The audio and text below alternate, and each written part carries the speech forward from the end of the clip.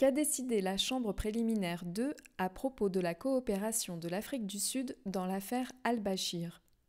Le 6 juillet 2017, lors d'une audience publique, la Chambre préliminaire 2 de la Cour pénale internationale, composée des juges Kuno Tarfusser, président,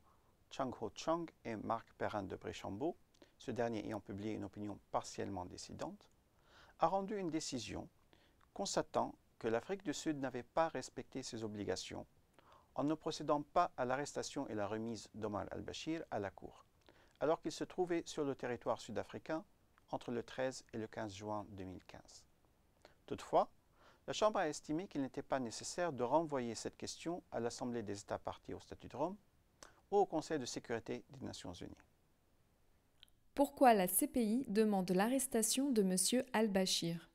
La situation au Darfour, Soudan, a été déférée à la CPI par le Conseil de sécurité de l'Organisation des Nations Unies dans sa résolution 1593 du 31 mars 2005. Et le procureur de la CPI a par la suite ouvert une enquête en juin 2005. Le 4 mars 2009 et le 12 juillet 2010, la CPI a délivré 2 mandats d'arrêt à l'encontre de Omar al-Bashir pour 5 chefs de crimes contre l'humanité, meurtre, extermination, transfert forcé de population, torture et viol, et pour 2 chefs de crimes de guerre, le fait de diriger intentionnellement des attaques contre la population civile en tant que telle, ou contre des civils qui ne participent pas directement aux hostilités, et pillage, ainsi que pour 3 chefs de génocide à l'encontre des groupes ethniques des Fours, Massalites et Zagawa, prétendument commis au Darfour entre 2003 et 2008. Pourquoi la Chambre a conclu que l'Afrique du Sud a manqué à ses obligations en vertu du statut de Rome? La Chambre a estimé qu'au fin de la situation au Darfour, le Soudan est une situation analogue à celle des États parties au statut de Rome.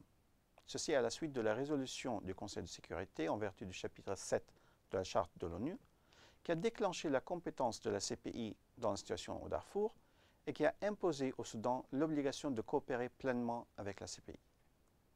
En conséquence, étant donné que l'article 27.2 du statut de Rome s'applique au Soudan,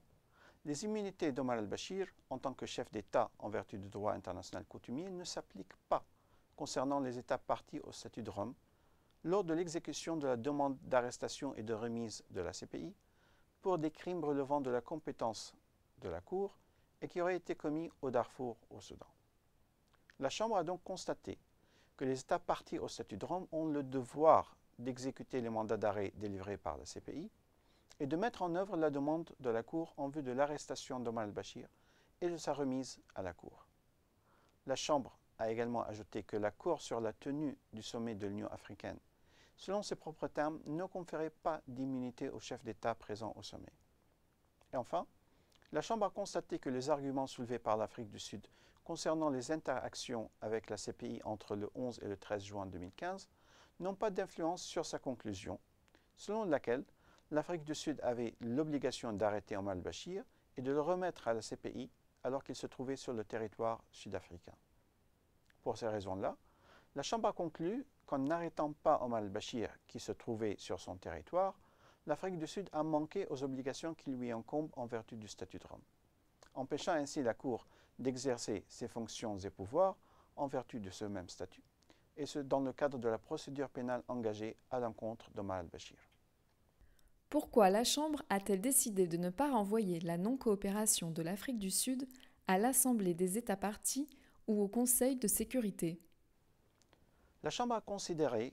compte tenu de son pouvoir discrétionnaire, qu'il n'y avait pas lieu de renvoyer le manquement de l'Afrique du Sud à l'Assemblée des États parties ou au Conseil de sécurité.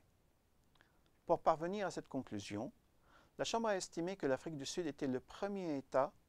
parti au statut de Rome à demander à la Cour une décision finale sur l'étendue de ses obligations concernant l'exécution d'une demande d'arrestation et de remise d'Omar al-Bashir. En outre, la Chambre n'était pas convaincue qu'un renvoi à l'Assemblée des États parties et ou au Conseil de sécurité soit justifié pour assurer la coopération de l'Afrique du Sud. Ceci compte tenu du fait que les tribunaux nationaux de l'Afrique du Sud ont déjà constaté que cet État a manqué à ses obligations en vertu de son cadre juridique interne et en vertu du fait que toute autre question concernant les obligations de l'Afrique du Sud en vertu du statut de Rome ont été résolues par la Chambre préliminaire 2 de la CPI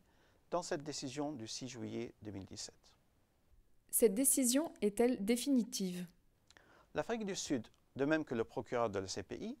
peuvent, s'ils le souhaitent, demander l'autorisation de la Chambre préliminaire 2 afin d'interjeter appel contre cette décision du 6 juillet 2017.